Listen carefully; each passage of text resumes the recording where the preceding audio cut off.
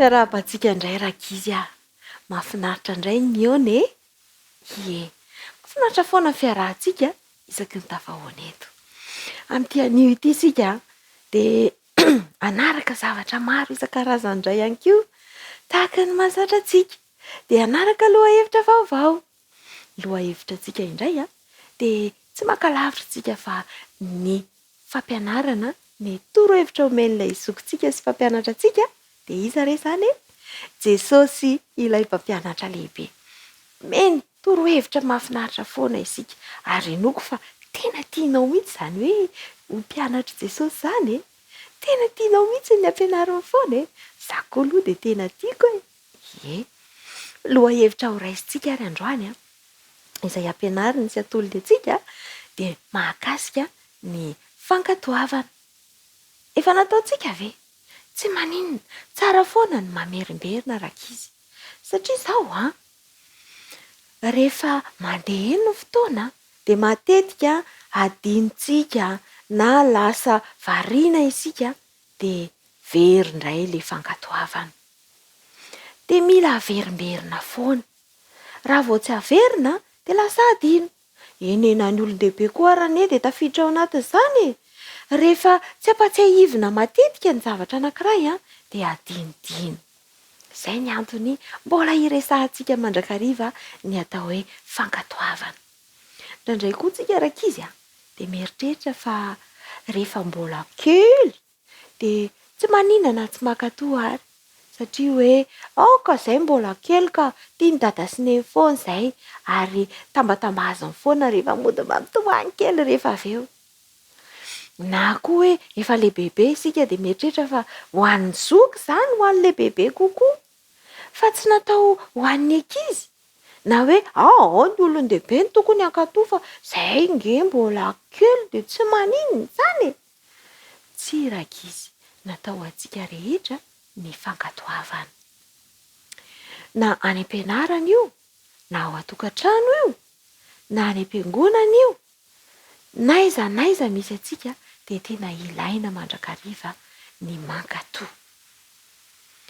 Indraindray isika ihany no simba ny tsy fankatoavana io. Sa tsy izany? Iza ny mandray ny vokany? Dada sy neny ve? Matetika isika ihany no mandray ny vokatra ny tsy fankatoavana. Ary ny zavatra manahirana koa indraindray dia lasa ataontsika fahazarana sy mahafinaritra antsika mihitsy ilay tsy mankatoa. Ohatra hoe manome torohevitra ny mpampianatra na hoe misy namantsika tsy matanty zavatra anankiray izay ataontsika na dada sy neny hita hoe tezitra raha vao ity ny zavatra ataontsika dia arakarak'izay no vao mainka ohatra mahafinaritra antsika ny manao an'ilay izy. Dia faly ery isika rehefa tezitra ilay olona na malahelo ilay olona. Dia lasa fahazarana izay lasa toetra koa rehefa mitohy ilay fahazarana. Arakaraky ny tsy iverenantsika amin'izay fankatoavana izay dia manimba hatrany ny toetrantsika ilay izy satria lasa iainantsika sy heverintsika ho tsara indray ny tsy fankatoavana. Izany nefa dia toetra ampidirin'ny Satana ao amintsika ao. Tiany mihitsy tsika tsy hankatoa. Na kely io na lehibe io dia ilaina ny mankatoa satria iza no mampianatra antsika? Jesosy ilay mpampianatra no mampianatra antsika an'izany hoe tena ilaina sy tena tokony ho toetra ny fankatoavana. Eny fa na dia mbola zaza aza mieritreritra hoe zaza dia tsy maninona. Andenga andray toko sy andininy anankiray isika. Jakoba toko 1 andininy 12 aiza hoe Jakoba toko 1 andininy 12 izao no nolazain'ilay vaky ny teny. Fa aoka ho mpankatoa ny teny ianareo fa aza mpiaino fotsiny ihany ka mamitaka ny tenanareo. Manao sisy ny ten'Andriamanitra aoka ho maninona? Ho mpankatoa ny teny ianareo. Fa raha enona fotsiny dia ataontsika hoe misy miaino dia lasa maninona tsika? Maninona ozy izy? aza mihainy fotsiny ihany fa manjary maminina mamitaka ny tenantsika. Iza zany ny fitahantsika voalohany? Tenantsika ihany. Raha ohatra tsika ka maheno ny teny kanefa tsy mihaino, dia lasa ny tenantsika ihany no voavitaka. Andeha antsika naraka tantara anankiray tovovavy kely anankiray izay nieritreritra fa raha mbola zaza ary izy dia tsy mila makatoa fa mandeha ho azy amin'izao ka omeniny izay tokony ho atao omena anazy na tokony anjarany na tsy makatoa azy. Dia inona re ny vokatra nahazo azy? Andeha arahantsika ary ity tantara ity.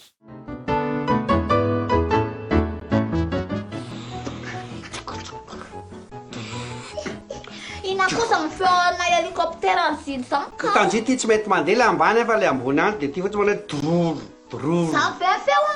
Ie, dia rehefa ohatry mandeha mandeha dia manao droro droro droro. Mampimebe koa Zanko.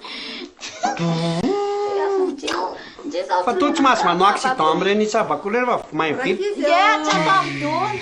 Rakizy Oui, neny. andeha tsentsika rehefa aveo Ie. dia izao ny ataonareo ampirimina tsara ny kilalao dia misasa madio dia misolo akanjo madio tsara dia andeha tsentsika rehefa dia mividy kilasy. Zany. Ie, zay Kilasy miaraka amin'ny metsena zanko. Ny andrika mety ambony be jeny iny olona ambony. Nangesapole. E minkeny Fa tsy saba. tan sanga mihitsy. Tao amin'izay Ie. Rakizy tao amin'izay. Zany dia fa sady midanina kilasy no sy neny zany tsy andeha. Za fe tsy hitondrany eny foana zanky mbola eny tony. Ka izy miteny hoe mandeha onko. Za hitondrany eny any fa za mbola ilalao ny mi mbola soloko zao ny robe kelany ity fa atao an'le jaune. Za aloha io moa sarandia limantsy belelo. Rehefa latsinainy sy talata nzay belelo dia lakamisy nzay tsy belelo. Dia ameko andreo moa sary io fa ty aprenko kilalaoko. Za tondrany kilasy Rehefa aveo ndraiky. fa za mbola zany. Oui maman, zaho aneneny dia tsy andeha. Sasana aneneny. Bye zany ndeha.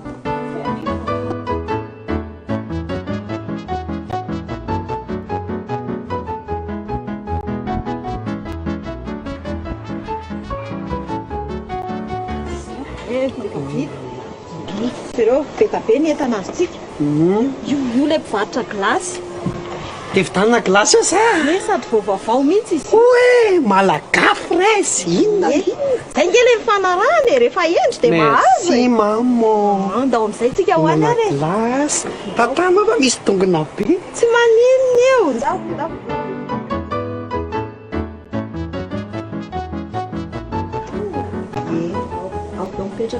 Petsaka mihinana kilasy. ie Mantsa kilasy ato. Mantsa kilasy be. Manao tompoko Bonjour. tonga soa atao amin'ny tsenatsika. Ie. Androany vao nisokatra ny tsena fivarotana. Ty tsy anty izy vao sokatra. Dia mahazo mifidy parfum anankiroa ny ankizy dia mena cadeau kilalao ihany koa. Zany tena matsa. Ie. Mahazo kilalao dia mahazo gilasy roa, parfum roa. inona ny parfanao Fraise zay aloha ray any dia avy eo malaga anankiray. tovy anankiray ary madama fraise ray dia fraise ray glace dia fraise malaga ny parfum Dia atao ray sa atao roa? raika ray any ho anazy any Evana. Eny Tany ary. mamanay.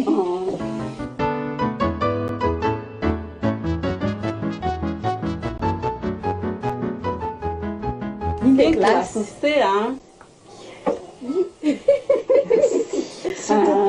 dia ty le kilalao.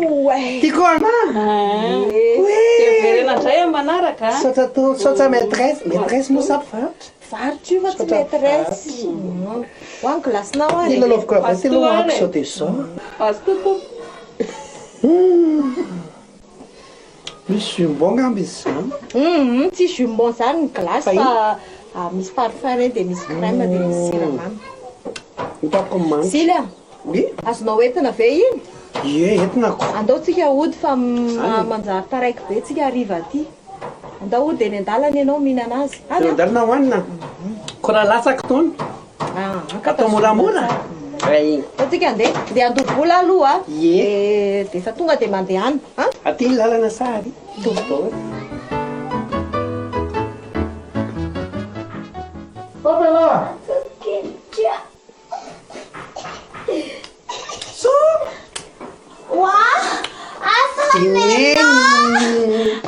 Glasy sady misy fraise dia malaka Oay, tsara be glasy. double parfum fraise le anankiray dia anankiray malagaly Aiza le ana? Aiza ny Otso! Zana raha vidanana osiny satria za makato rehetrarehetra Fa aiza ny ana dia za koa mbola glasy? nahazo kilalao Tray. nampiloko an'iny kilalao Aiza ny glasy na le chocolat ny ana? tsy fantatro zany neny ny tena an'izany fa tsy mitsy an'izany mihitsy Aiza ny glasy ko? fa ay zany dia mampitomany Aiza ny ana? otso anatiko Ny ana wa ny chocolat? Ny ana glasiko tomany izany be zay glasy Le glasy ko. petrazy sady mantsa ny ana sokolo Ny ana wa le chocolat? petralo ndrisoa petralo Le glasy ko nga tsy nentinareo. nieny tsy tsara mitatsy namena moa izy ziny aloha tsy miteny tsony dia soa mangina zay noho isoa tsara tsy be dongodongo eo hitanao efa mifanarakintsika tamin'ny maraina zany sady zany zany mihitsy zany ve za aloha na eny tsara e Efa zanga kely. na kely azy ianao efa mifanarakintsika hoe hiaraka etsena dia rehefa avy eo mividy glasy apirinina ny kilalao dia misasa madio dia misola akanjo dia mandeha metsena dia mividy glasy dia tsy nankatoso dia tsy mividianana glasy sady ahoana moa nitondrana glasy amin'ny lalana lavitra iny e so za mahay mitondra amanaraka indray soa rehefa makatoso dia vidianana Ka zany ka mbola kely dia veo ko hitondrany amin'ny foana otso za koa mbola kely efa hoe mangina mangina aloha makatoa manaraka fantaniana dia apetrako amin'ny soa ny ankizy kely ve afaka makatoa za aloha makatoa afaka dia manaraka soa rehefa makatoa dia hoentina mandeha mividy glasy sady ny glasy ange lasa rano raha vao hoentina aty an-trano e na ka ny anazy efa ho lany mbola dongodongina amanaraka indray zay mianatra amin'ny makatoa tsara soa lalaovoloko kilalao anao efa tsy nitomany fa manaraka makatoa zay zay dia jerijirevana foana glasy ny olona efa kely be ty za koa aka amin'ny eny teka ny jeratany glasy ny olona mitony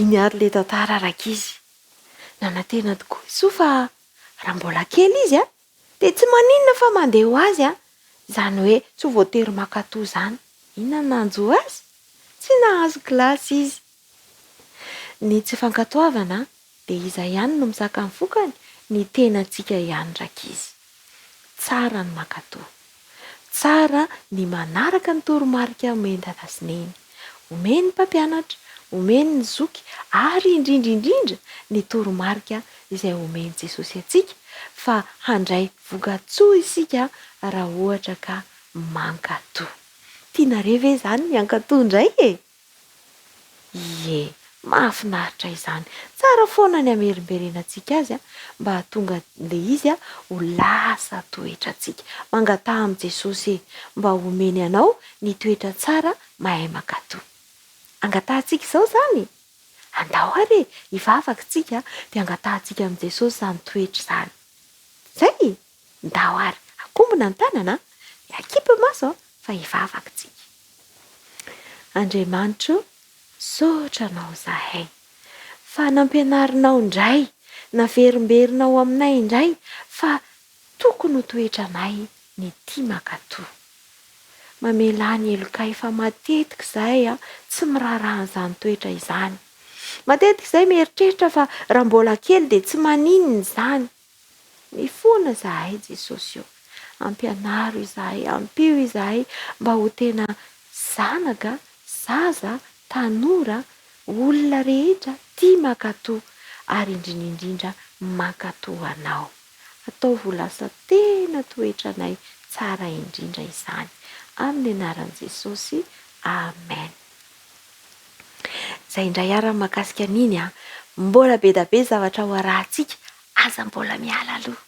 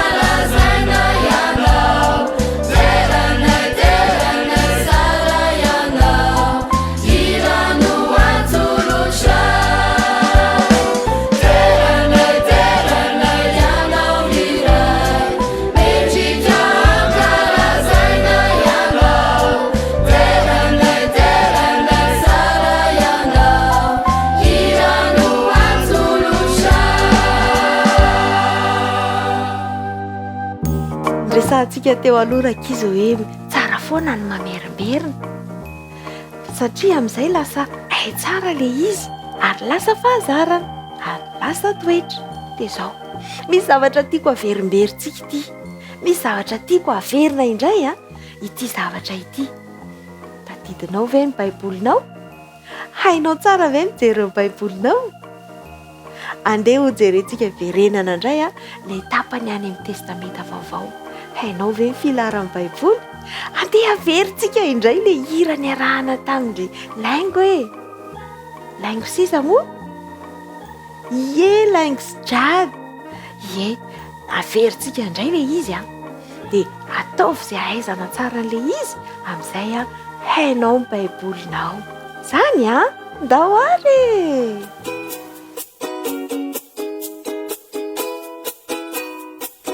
tsika rakizy eo amin'le kilalao kely izay rahantsika indray amin'ity androany ity dia hianatritsika ny filaharan'ny baiboly be dia be ny fomba afaka hianarana ny filaharan'ny baiboly fa androantsika dia hianatra fomba anankiray hoentintsika milalao izy ity afaka atao tsenjery ihany koa fa amin'ity androany ity dia hilalaontsika miaraka amin'ny filaharan'ny baiboly eo amin'ny testamenta vaovao. Ohatr'izao arakizy fomba nononantsika an'le toko amin'ny baiboly mamalitsa dia alaina fotsiny izany voalohan'le Matio, Marka, Luka, Jaona izay no nanzoana hoe mamalitsa dia hotoizantsika averintsika aloha le izy dia manaraka nareo mamalitsa mamalitsa rokoko kaefiko rokoko kaefiko testestimtim testestimtim tifiejape tifiejape petsatsatsajo petsatsatsajo dia jerevantsika ary zao rakizy le fomba filalao anatin'izay fanononana ny anarana rehetra ao amin'ny baiboly ao amin'ny testamenta vaovao ataonay sy jady aloha le izy dia tsika ankizy rehetrarehetra afaka tony dia manaraka anay afaka tony dia mijery dia manaraka an'izay ataonay. Mamaliza rokoko kaefiko testestimtim tifiejape petsatsatsajoa dia ohatray izany rakizy fomba anankiray ahafahantsika milalao ao anatin'ny filaharan'ny baiboly amin'ny testamenta vaovao iny dia afaka ataontsika miadana iny dia afaka ataontsika aingana be koa arakaraka ny fitiavantsika azy mihitsy. Dia misy fomba hafa ihany koa rakizy ahafahantsika milalao amin'iny filaharan'ny baiboly iny anisan'izany ihany koa ny soamiditra isany efa mahay an'izany soamiditra izany atorina ianareo aloha le izy dia afaka manaraka ihany koa tsika any tokantrano any mamalitsa hafahafa be kosa angala izy rehefa olona roa fotsiny ie tena hafahafa be mihitsiny fa afaka ataontsika ankizy be dia be miala milalao amin'iny dia manao soamiditra daholo ny ankizy rehetrarehetra dia misy miditra amin'izay manao lavalava makany dia tena mahafinaritra be reka izy miala milalao amin'ny ankizy be dia be dia andramana rehefa tonga any an-tranonareo dia izay indray fandarantsika androany raka izy amin'ny manaraka indray tsika miara milalao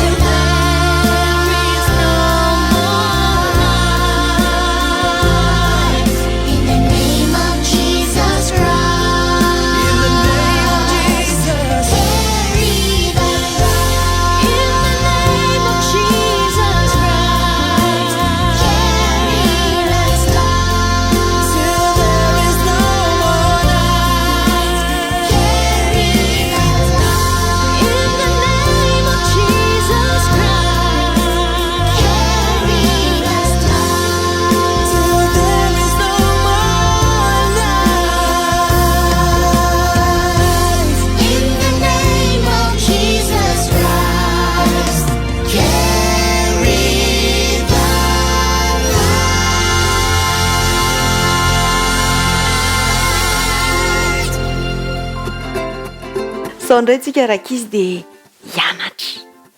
hianatra zavatra anankiray izay azontsika atolotra atao fanomezana. Ampiasany inona izany tsika? Ampiasany tanantsika. Nomeny Jesosy tanana isika natao ampiasaina izany. Nomeny Jesosy fo isika natao hitiavana ny hafa. Ary dikan'izay rehefa tianao dia ampiasainao ny tananao ahafahanao manolotra. Ho ampiasaina ny tanana? Andao ary. Isa, 2, 3.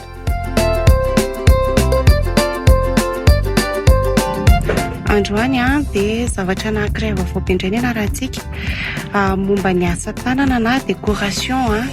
Sarina cœur no mora kokoa dia sarina cœur andeha ianarantsika androany. Reto fitaovana ilaina: marteau anankiray, afaka ataontsika vato ilay izy fa androany marteau ny ampiasaina, dia fantsika vitsivitsy fa tsy atao be dia be, dia stylo na crayon na marqueur izay tiantsika, dia tadina makrama ohatran'izao.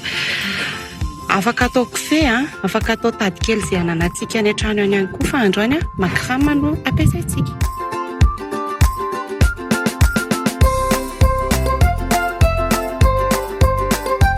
Anao sarina cœur anankiray tsika, anao sarina cœur anankiray.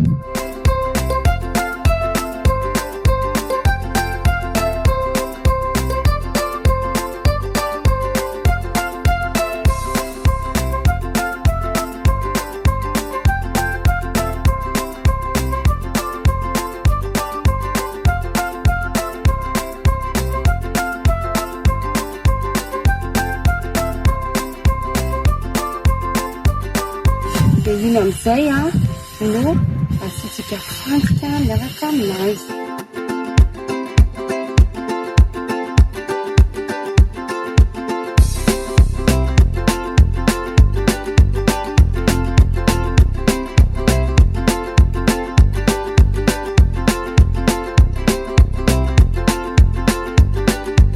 Rehefa vita ohatr'izao amin'izay ilay izy dia alaintsika amin'izay ilay makrama na kofehy na tady kely reny arany, dia tsy maninona dia alaintsika eto amin'ny farany eto dia fatorana. Mba tsy ampivotra anazy dia fatoratsika, dia ahodina amin'izay manaraka ny fantsikelikely ohatran'izao izy. Tsika ohatran'izao aloha voalohany dia ohatr'izay hatrany.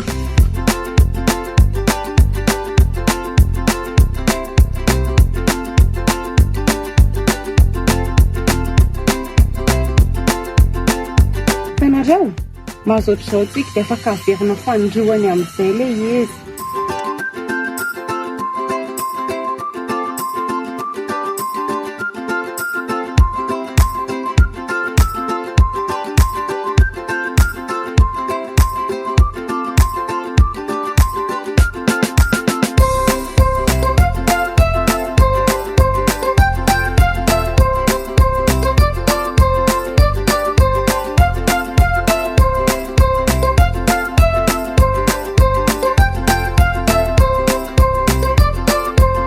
Rehefa tapoha dia afaka tapahana amin'izay ilay izy. Tapahana dia fatorana amin'ity ambany ity izany izy, dia natombokitika voalohany indrindra mihitsy somary lavalava kely ilay pazy, dia fatorana amin'iny. Dia izay indray ny asantsika androany raikaizy mino fa nafinaritra antsika ny zavatra vitantsika androany. Jereo hoe fo tsara tarehy kely, afaka ataontsika ngeza be izy io dia afaka ataontsika kely be ihany koa arakaraka ny itiavantsika anazy, dia afaka ataontsika anarana fa fonona ataontsika androany amin'ny manaraka hianatra anamboatra anarana amin'ny alalan'ny tady kely hazo fantsika ary crayon na feutre na stylo dia marteau na vato kely asika mba hikapohana an'ilay fantsika amin'ny manaraka indray.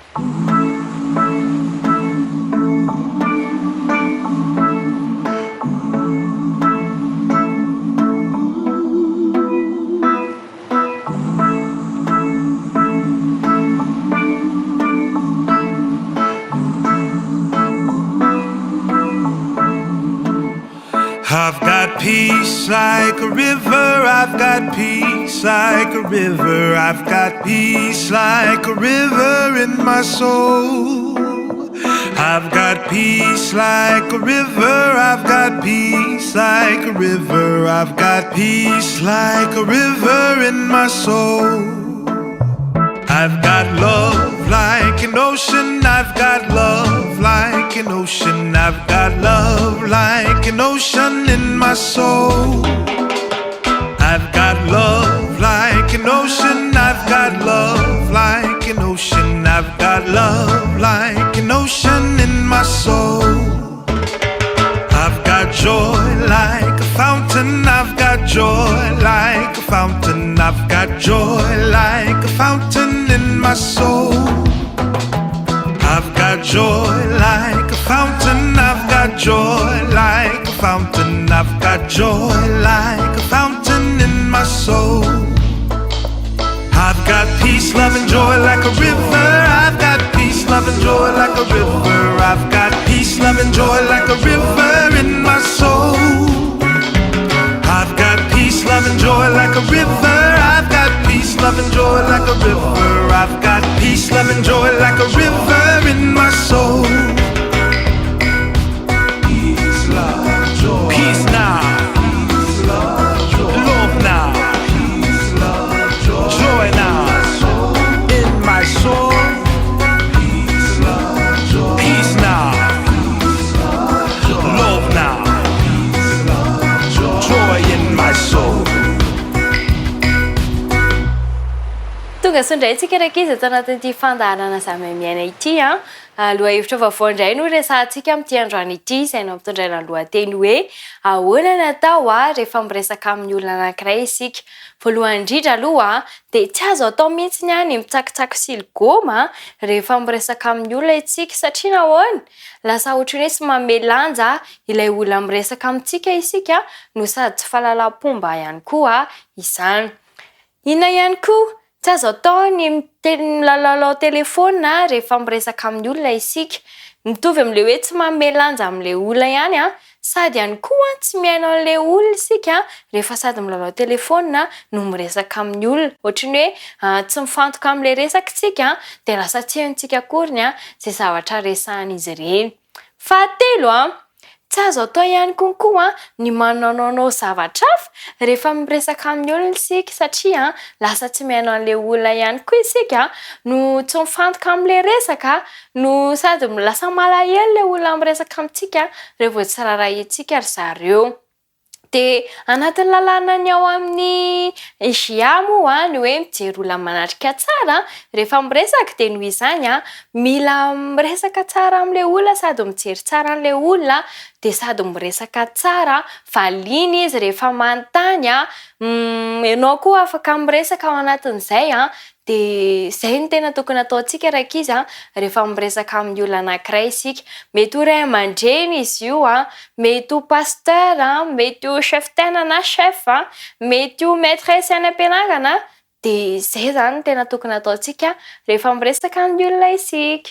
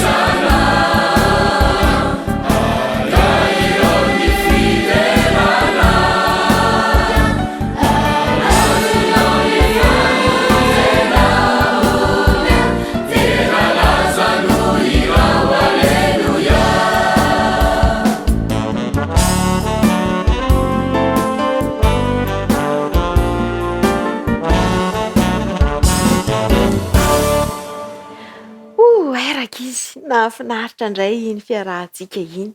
Mino aho fa nanaraka tsara ianareo nandray lesona tsara ary ampiatra ihany koa. Zany ie, tapitra indray ary amin'ny fandaharantsika androany dia mandra-piona ho amin'ny manaraka indray. Telo!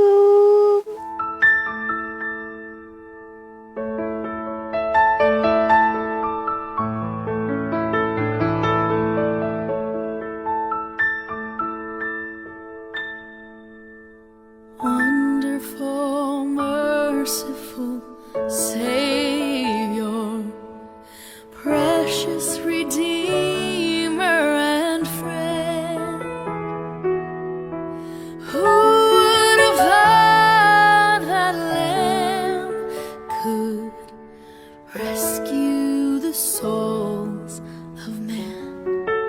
Oh, you rescued the souls of men.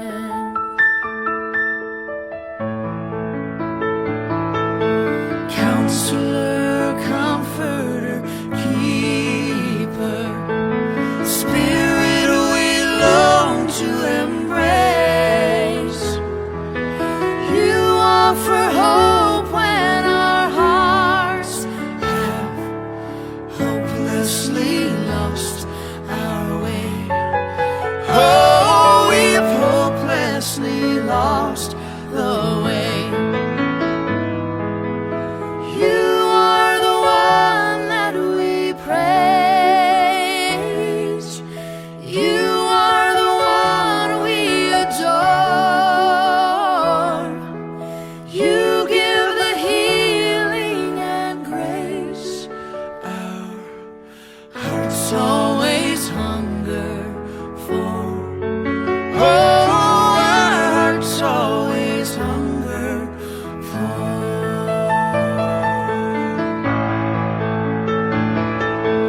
Almighty, infinite Father, faithfully loving your own.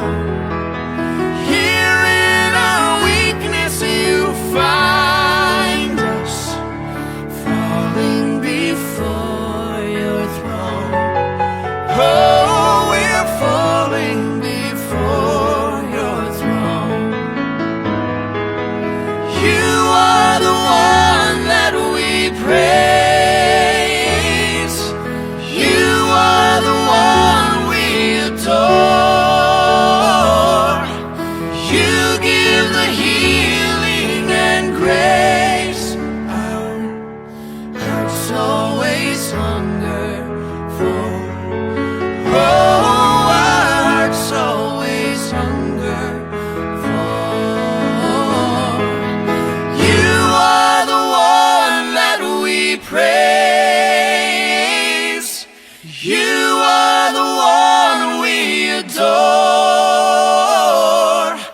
You give the healing and grace. Our hearts always hunger for. Oh, our hearts always hunger for.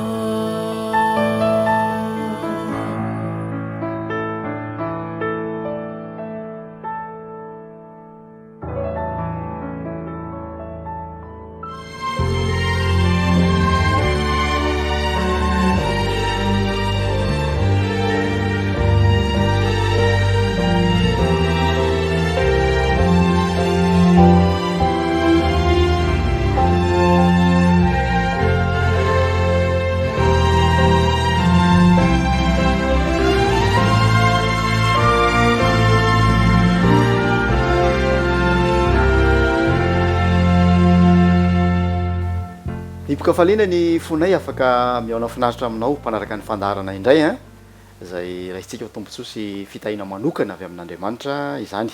Raha isika ampifalinany koa ny pasteur André Palatena Fanera tonga soa indray atao anatin'ny fandaharana ny ten'Andriamanitra amintsika mianakafy. Miarabanao pasteur ary faly mandray anao atao anatin'ny fandaharana. Miarabanao namanadino ary manona ny fiaidanan'ny tompo aminao ihany koa izay miaraka aminay mandinika ny ten'andriamanitra amin'izao fotoana izao.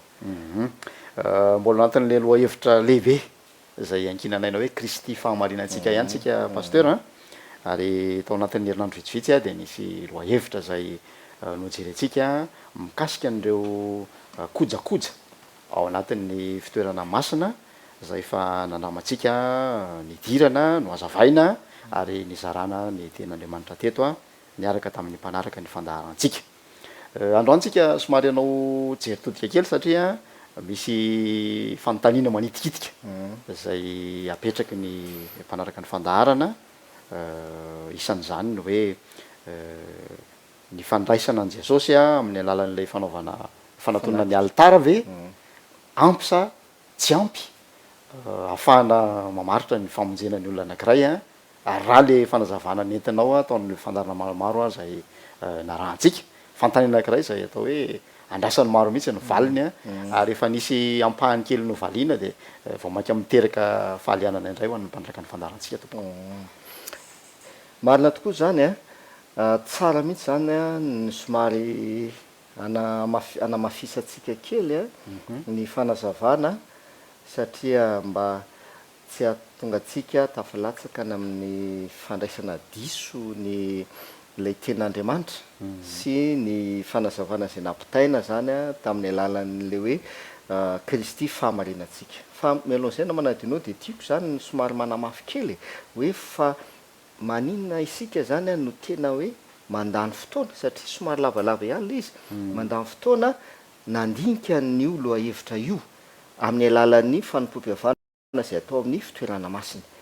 De ny antony tsotra ihany satria tsika zany amin'izao fotoana izao dia mino ihany koa mino sy manaiky fa Jesosy Kristy eo an-tanànankavanan'Andriamanitra ao amin'ny fitoerana masina any an-danitra amin'izao fotoana izao izy mifona ho atsika. Romanina 12 milaza an'izay zay de izay mahatonga antsika hoe mila fatatsika tsara zany hoe inona lay ataon' Jesosy ao amin'ny fitoerana masina any an-danitra amin'izao fotoana izao ary inona no fiatraikan'izay eo amin'ny fiainatsika. Zay ny io zavatra ianarantsika io e dia zay mahatonga atsika mamantatra amin'ny alalan'ny fanompoam-pihavana zay atao amin'ny fitoerana masina satria resaka fitoerana masina any an-danitra Jesosy manao fifonana de mila fatatsika hoe inona no zavatra niseho ao amin'ny fitoerana masina teto an-tany zay io no mampafantatra atsika zany ny zavatra tokony hiainatsika amin'izao fotoana izao. Zay zany le antonyity fandiniana ny ten'andriamanitra mahakasika an'le hoe Kristy fahamarinantsika ity ary anisan'izay antony faharoa ihany koa zany de hoe Jesosy zany a zay ho avy tsy ho ela intsony zay koa no voalazan'ny ten'andriamanitra de zay mifanantenantsika hoe ho avy indray Jesosy. Ny alohany hiaviany Jesosy anefa dia manatanteraka fanamarinana izy satria voalaza le ten'andriamanitra fa ny olona tsy marina Korintiana 1:9 milaza an'izay manomboka ao 9:7 ny olona tsy marina tsy andova ny fanjakan'Andriamanitra. De any amin'ny Jaona 1 ihany koa izy milaza hoe aoka zay manao marina Jaona 1:2 milaza an'izay 9:8 zay manao marina dia marina tahaka azy. Zay ny olona tsy marina tsy andova ny fanjakan'Andriamanitra dikan'izay olona marina no afaka hiditra ny fanjakan'Andriamanitra amin'ny fomba ahoana. Zay ny antony ianarantsika an'le loha hevitra hoe Kristy fahamarinantsika na hoe fanamarina amin'ny finoana. Ndao ary jerevantsika lay voalazanao teo ary mety misy tokoa mihevitra hoe tsy ampy lay tonga amin'ny altara zay anaovana le fanatitra zany fa le zanak'ondry zay atao fanatitra fa mbola misy lay tavy zay nijerevantsika tamin'ny farany sisa de zao zany le izy le fanatitra zanak'ondry zay atao amin'ny altara dia tandindon'lay zanak'ondrin'Andriamanitra zay maty noho ny fahotany zao tontolo zao dikan'izay ampy azahoantsika famonjena ny nafatesan Jesosy teo amin'ny azo fijaliana ampy azahoantsika famonjena ampy azahoantsika famelan-keloka satria voalazan'ny Hébreu 7:2 de ozy izy saika diovina amin'ny raha avokoa izy ny zavatra rehetra ndao akitsika ne ndao akitsika mihitsy Hébreu 7:2 Hébreu 7:2 manaraka tsara ianao Hébreu 7:2 zao ny vaky ny teny ary saika diovina amin'ny raha avokoa ny zavatra rehetra araka ny lalàna fa raha tsy misy raha latsaka de tsy misy famelan-keloka zay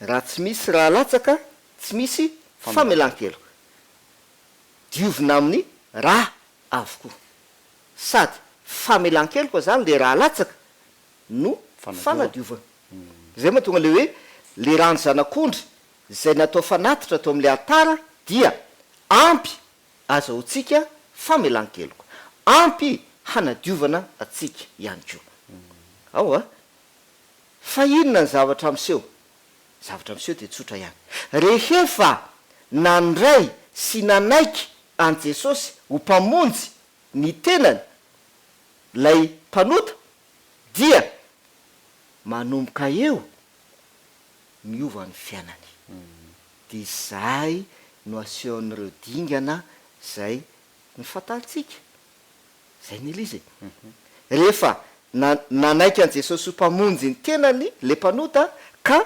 nandray an Jesosy sy nandray an'le famonjena zay nataon Jesosy teo amin'ny hazo fijaliana dia misy fiatraikany eo amin'ny fiainan'le mpanota izay zavatra zay de manomboka eo miova ny fiainany ary manomboka eo de mandeha am'izay lay dingana zay ny anaratsika zany hoe le fiainan'le mpanota zany dia miditra ao amin'ny fitoerana masina asony namana tinao izy miditra ao amin'ny fitoerana masina ny fiainany izy mijanona ety velany izy tena fa ny fiainany sy ny momba anazy entina makany am'le entina miditra ao amin'ny fitoerana masina ary mahafinaritra be le izy satria tena voamariny tena Andriamanitra mihitsy zany zavatra zany asony namana tinao jery ohatra anankiray tsika Jaona 9 ao mba avakitsika kely Jaona 9 dira ny andininy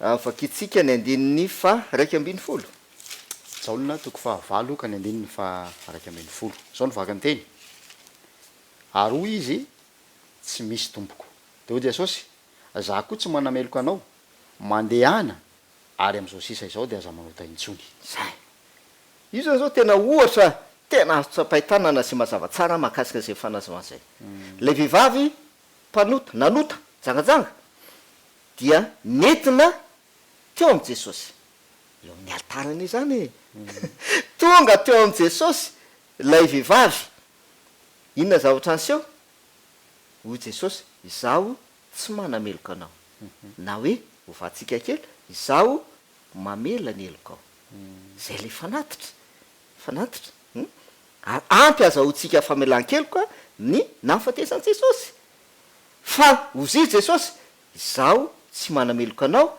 izaho mamela ny elokao mandehana de ahoana toyny aza manota intsony zay mahatonga le hoe ao alinan'le altara ny fiainan'le mpanota miova de zay le dingana ny fataritsika de ao alinan'le altara fanatitra azafady mialatsiny tafisasana zay no alina fanatitra altara sady zay de ina le tafisasana zay nijerevatsika fanadiovana zay fanadiovana tafisasana zay tandindony batisa ihany ko fahateraham-baovao Jaona 9 ny andininy 5 teny Jesosy tamin'ny Nikodemosy de ozy Jesosy hoe raha tsy ateraky ny rano sy ny fanahy ianao de tsy mahazo miditra amin'ny fanjakan'Andriamanitra fahateraha-mbaovao zany hoe ny olona anankiray zay na nyray an' jesosy ho mpamonjy ny tenany ny olo anankiray izay nanaiky ny famonjena zay nataon' jesosy teo amin'ny azo fijaliana dia mandalo amin'ny atao hoe fahatera-mbaovao. Zay le izy namana tenao tsy hoe tsy ampy le fanatitra le zanak'ondry ampy amonjena ampy azona familian-keloka fanatitra ny zanak'ondry fa vokatry le fanatitra n'le zanak'ondry eo amin'ny fiainan'le olona dia miroso amin'ny dingana izy na hoe mitombo azo lasaina koa zany zay mitombo amin'ny fahamarinana izy ary mitombo amin'ny fahamasinana izy de zay naseo an'le dingana zay fatantsika de ozy iza hoe manaraka an'le fanatitra na le aritara tafisasana zay tandindo ny fahateram-baovao zay fahateram-baovao fiovam-piainana araka ny teny Jesosy tam'le vehivavy hoe izaho tsy manameloka anao izaho mamela aneloko ao mandehana aza manota intsony de zay le hoe voadio ho afaka amin'ny tsy fahamarinana rehetra jaona voalohany toko voalohany andifa sivy de ozy izy hoe raha miaiky ny fahotantsika sika de mahatoky sy maly izy ka mamela ny fahotantsika zay le hoe zaho tsy manameloka anao mamela ny fahotantsika sy manadio atsika ho afaka amin'ny tsy fahamarinana rehetra zay le hoe aza manota intsony voadio tanteraka de miroso amin'ny atao hoe fahamasinana zany le olona fahamasinana zay ne tiany Jesosy iainan'le vehivavy rehefa voavela heloka ianao de miroso amin'ny atao hoe fahamasinana tsy manota intsony sady zay de nidingana voalohany atanteraka an'izay tafisasana fiovam-piainana fahatera-mbaovao indray de misy toko sandinina manadinao zay ovakitsika ao amin'ny Korintiana faharoa toko fahadimy ny andininy fa 7 Korintiana faharoa toko fahadimy ka ny andininy fa 7 Korintiana faharoa toko fahadimy andininy 7 zao novaka ny teny koa raha misy olona ao amin'ny Kristy de olom-baovao izy efa lasa ny zavatra taloha indreo efa tonga vaovao ireo zay raha misy olona ao amin'ny Kristy ozy izy dia olom-baovao zay le izy olom-baovao miainga avy eo amin'ny le aritara de miroso am'izay le hoe olom-baovao fiainana vaovao fahaterana vaovao fiovam-piainana zay isan'ny afatra atao hoe fototra ny entanao tamin'ity fandarantsika androany ity ny hoe ampy le fanatitra anadiovana amelana heloka ny mpanota de eo zany no ametrahako fanontaniana hoe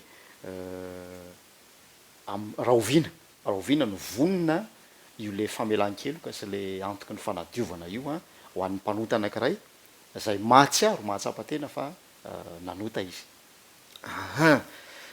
tena marina mihitsy zay fanontaniana zay a de zao zany le zavatra miseho ny teny Andriamanitra ta Mosesy any amin'ny Exodosy toko fa 5 andifa valo de ozy izy Andriamanitra ta Mosesy hoe asavy manao fitoerana masina ho ahy izy dia onona eo aminy aho zay dia nanamboatra n'lay fitoerana masina na le tabelina kely Mosesy zay de ao anatin'le fitoerana masina misy an'ireo fanompoam-piavahana zay nasehon'Andriamanitra ta Mosesy inona ny tanjon'le fanompoam-piavahana fanavotana famelan-keloka fanamarina zany daholo nasehon'ireo fanompoam-piavahanareo fanavotana famonjena famelan-keloka fanamarina fanamasina zay le izy de le fitoerana masina na le tabelina kely efa nazavaitsika zay tafarana teo eo ampovoan'ny tobony zanak'Israely ane ny misy anazy hitany zanak'Israely rehetrarehetra naiza zany ny misy ny lainy de hitany hoe io le fitoerana masina na le tabelina kely zay azahoany famelan-keloka azahoany fanavotana sy fanamarinana zay dikan'izay de zao raha misy olona nanota tany ambadimbadika tany amin'ny lainy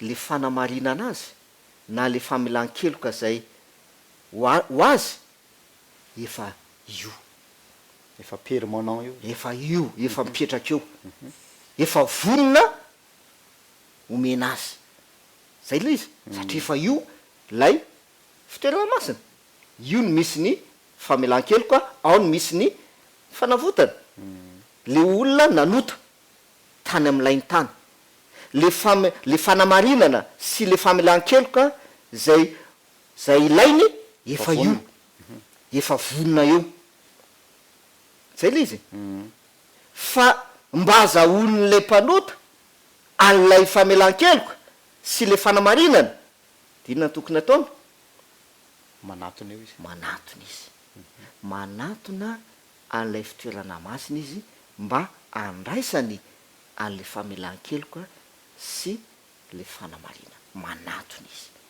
de hitana manadinao zay zany ny tena tian'lay jaona toko fahatelo andihy fahinambiny folo lazay haitsika tsy anjery be le izy de ozy izy le jaona toko fahatelo andihy fahinambiny folo fa toy zao ny tiavan'andriamanitra ny zao tontolo zao sady zay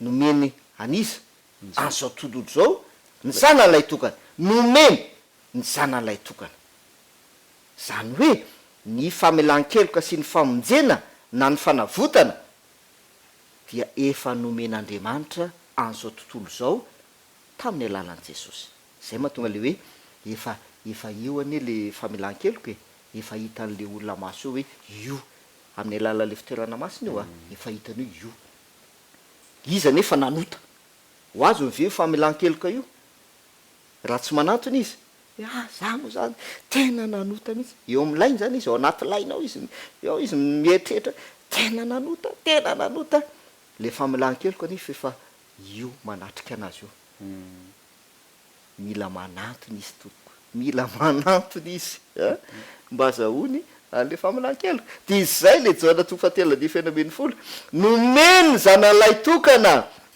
maty ho an'izao tontolo zao jesosy kristy afaka mamonjy an'izao tontolo zao jesosy kristy ampy azahoana famonjena jesosy kristy fa toyny de hoe mba tsy ho very na hoe hovovonjy mba ho vovonjy zay nydika le hoe mba tsy ho very vovonjy nydika sady zay mba tsy ho very izay rehetra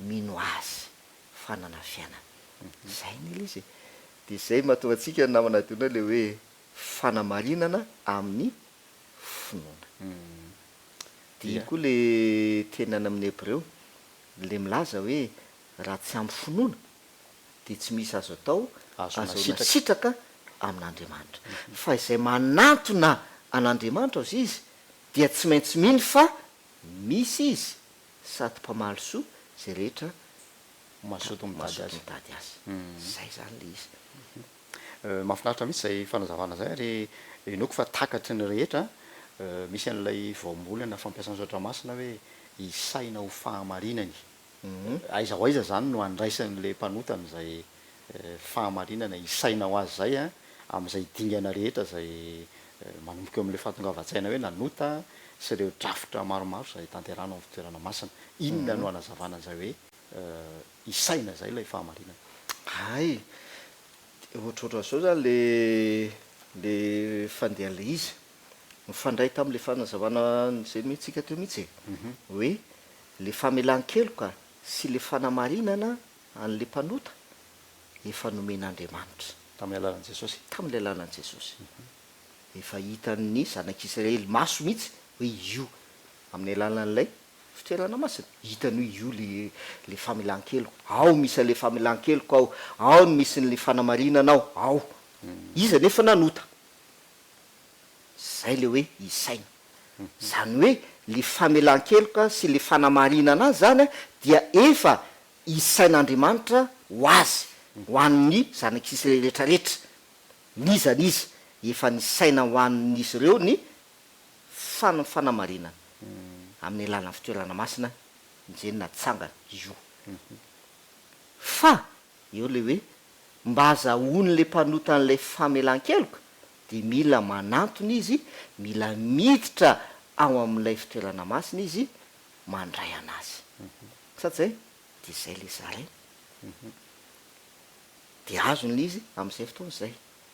Zany hoe raha fitentsika mahazatra azavaina tsotsotra, le fanamarinana zany dia efa réservé ho an'ny rehetrarehetra amin'ny alalan'i Jesosy. Efa réservé ho an'ny alalan'i Jesosy. Efa nomanina, efa natokana ho antsika rehetra. Zay le hoe fa toy izao ny tavan'Andriamanitra ny zao tontolo zao, nomeny ny sanan'ilay tokana, nomeny. Zay le hoe efa natolotra, efa natokana zay ny tena tsara kokoa, efa natokana ho antsika amin'ny alalan'i Jesosy ny famonjena sy ny fanamarinana. Fa io miditra le hoe mba tsy ho ve zay rehetra mino. Zay le zaray. Zay mino, zay le hoe mandray an'le izy amin'ny finoana, raisina amin'ny finoana, de azonao le fanamarinana. Manaona zany le hoe fiainam-baovao andrasana am'le olo anankiray nandalo an'izay dingana nandray zay. Dre tsy variana zany ny olona hoe mandray an Jesosy de ampy e mijanona eo. Inona no andrasana amin'ny olo anankiray nandray an Jesosy? Raha hoe le toy an'le hoe fiainam-baovao resahana teo no resahana. De zao le izy tena marina mihitsy zay fanamarinana zay ny namana Dino. Misy hevitra zany zay milaza an'izay hoe mandray an Jesosy na hoe mino an Jesosy. Raisina zany le jaona toko 7:12 hoe mba tsy ho ve zay rehetra mino fanana fiaina manak'izay, de miteny izy hoe mino, rehefa mino fotsiny de efa ampy. Eo le fandrika eo. Eo le fandrika eo. Ary eo nefa le nazavaintsika tamin'ny voalohany le hoe le altara zay namonoana an'le zanak'ondry ampy azahoana famelan-kelo, ampy azahoana fanafotana ho an'le mpanota. Fa manomboka eo ny fiainan'le mpanota dia miditra ao amin'ny fitoerana masina. Zay ny izy. Le fiainany miditra ao amin'ny fitoerana masina. Zay dia zay moroso amin'ny atao hoe fahamasinana. De aka toko sy andininy roa tsika anamarina atsika an'izay zavatra izay. De zao le izy ao amin'ny Romanina novakitsika. Romanina toko 9, Romanina toko 9 ny andiny voalohany ka hatramin'ny 4. Romanina toko 9 ny andininy voalohany hatramin'ny andininy 4. Zao ny vaky ny teny. Inona ary no lazaintsika? Mbola hitoetra amin'ny ota ihany va isika hitombonin'ny fahasoavana? Sanatria izany. Ataontsika izay efa matiny amin'ny ota ahoana no velona aminy ihany. Tsy fantatrareo fa na iza isika no efa natao batisa ao amin'ny Kristy Jesosy dia natao batisa ao amin'ny fahafatesany. Koa niara-nalevina tamin'ny batisa ao amin'ny fahafatesany sika, mba ho tahaka ny nananganana ny Kristy tamin'ny maty tamin'ny voninahitry ny ray no andehanantsika kosa amin'ny fiainam-baovao. Zay. Io zao tena mazava tsara. Mbola hitoetra amin'ny ota va isika hitombon'ny fahasoavana? Sanatria zany. Azony namana tenao hoe efa maty ho anao Jesosy. Efa namonjy anao Jesosy. Mainy amin'ny altara zany. Teo amin'ny altara. Eo amin'ny altara zao zao iresaka io, eo amin'ny altara. Nafatesany Jesosy, fahasoavana, famonjena omeny Jesosy, fahasoavana. Efisana toko 2 ny andiny 9. Fa fahasoavana namonjena atsika, fahasoavana namonjena atsika amin'ny finoana tamin'ny nafatesany Jesosy. Sady zay? De ozy izy mbola hitoetra amin'ny ota ve tsika mba hitombon'le fahasoavana? Sanatria zany. Zay mahatonga le hoe ao aorianan'le altara dia ny fiainan'le olona moroso amin'ny atao hoe fahamasinana. De ny voalohany, dingana voalohany amin'izay fahamasinana zay tavy fisasana. Tavy fisasana. De voalazany eto le izy. Koa ny aran'alevina tamin'ny batisa isika ho amin'ny fahafatesana mba ho tahaka ny nananganana ny Kristy tamin'ny maty no tamin'ny voninahitry ny ray no andehanantsika kosa amin'ny fiainam-baovao fiainam-baovao zay le manomboka eo ne ny fahamasinany fiainam-baovao zay le hoe tsy mitoetra amin'ny otaintsony tsy mitoetra amin'ny otaintsony de amaky toko sy andininy ray faharoa tsika asana apôstôly toko faharoa ny andininy fa eny amin'ny telopolo no anomboantsika anazy asana apôstôly toko faharoa ny andininy fa eny amin'ny telopolo ka hatramin'ny fahavalo amin'ny telopolo asan'ny apôstôly toko faharoa ny andininy fa eny amin'ny telopolo hatramin'ny andininy fa valo amin'ny telopolo ko aoka ho fantatry ny taranak'Israely rehetra marimarina fa iny Jesosy nombonareo tamin'ny hazo fijaliana iny de efa nataon'Andriamanitra ho tompo sy Kristy ary raha nandray izany ny olona dia voatsiny olona tampony ka nao tamin'ny Petera sy ny apôstôly namany hoe ary rahalahy inona no ataonay ary hoe Petera taminy mibeba ary eo ka samy atao batisa amin'ny anaran'i Jesosy Kristy ianareo rehetra mba azo famelana ny elokareo ary ianareo andray ny fanomezana dia ny fanahy masina zay tsara mahafinaritra be toko sy andiny io tena manazava tsara mihitsy le mahakasika ny dingan'ny famonjena ao amin'ny fitoerana masina inona ny zavatra nyseho voalohany andifa eny amin'ny telopolo nampahafantariny Petera anareo lareo ny amin'ny Jesosy sy ny nafatesan'i Jesosy zay iny Jesosy nomboanareo tany hazo fijanena iny nefa nataon'Andriamanitra ho tompo sy Kristy iny ny mpamonjy rehefa nahafantatra reto olona reto fa Jesosy no mpamonjy ary maty noho ny fahotany Jesosy zay ny io rehefa fantany fa maty noho ny fahotany Jesosy ary i Jesosy no mpamonjy azy ary maty teo amin'ny hazo fijalina mba azahoany famonjena de nametraka fantanina izy andefa fito amin'ny telopolo inona nataonay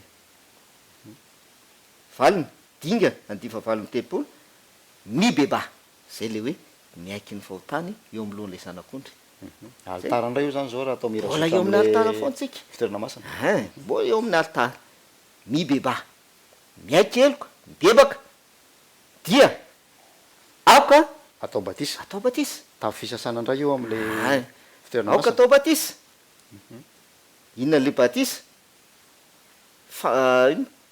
fiainam-baovao fahateram-baovao miaraka levina amin'ny Kristy miara-mandeha amin'ny fiainam-baovao mibebaka de atao batisa inona ny zavatra dikan'izay inona ny dikan'izay satria atambany zany zao le dinga atambany raha leto zany atambany hoe mibebaka eo amin'ny altara mibebaka de avy eo atao batisa eo amin'le tavy de inona ny dikany mazava de mahafinaritra be mba ahazo inona voalohany izy famelan-keloka aloha voalohany tsy ndreko tsara mba ahazo famelan-keloka aloha aiza ny azo ny famelan-keloka ianao eo amin'ny altara miaiky ny fahotana mba ahazo famelan-keloka avy eo rehefa mahazo famelan-keloka ianao de inona manaraka izy izy ary anareo andray ny fanomezana de ny fanahy masina aiza ianao mandray fanomezana eo amin'le tavy ane eo amin'ny batisa jaona toko fahatelo Mateo toko fahatelo azafady Mateo toko fahatelo dia vakitsika ny andininy fa fito ambin'ny folo andao mba vakina mahafinaritra le izy am'izay mazava kokoa Mateo toko fahatelo ny andininy fa enina ambin'ny folo enina ambin'ny folo sy fito ambin'ny folo Mateo toko fahatelo ny andininy fa enina ambin'ny folo sy ny fito ambin'ny folo ary raha vao natao batisa Jesosy de niakatra avy teo amin'ny rano niaraka tamin'izay izy ary indro nisokatra tamin'ny lanitra ary hitany fanahin'Andriamanitra nidina tahaka ny voromailala ka nakeo amboniny ary inzao nisy feo avy tany an-danitra nanao hoe ity no zanako malalako izay sitrako izay mibeba ary aoka atao batisa mba azo famelana ny eloka sy handray ny fanomezana de ny fanahy masina de ozy zany aminao mampiseho an'le altara sy le tavany aloha le asan'ny apôstôly toko faharoa le altara sy le tavany mibeba de azo famelan-keloka avy eo atao batisa de andray fanomezana de ny fanahy masina zay mahatonga le hoe eo amin'le altara eo ny manomboka ny dingana rehetrarehetra rehefa nanaiky sy nandray ny famonjena teo amin'ny altara tamin'ny alalana hafatesan'i jesosy le olona dia miroso izy manao mandalo ny atao hoe fahateram-baovao mandalo ny atao hoe olom-baovao fiainam-baovao amin'ny fomba hoana ny atateraka an'izay andray ny fanomezana de ny fany masina amin'ny alalan'izay no atateraka an'izay zay zany mahatonga le hoe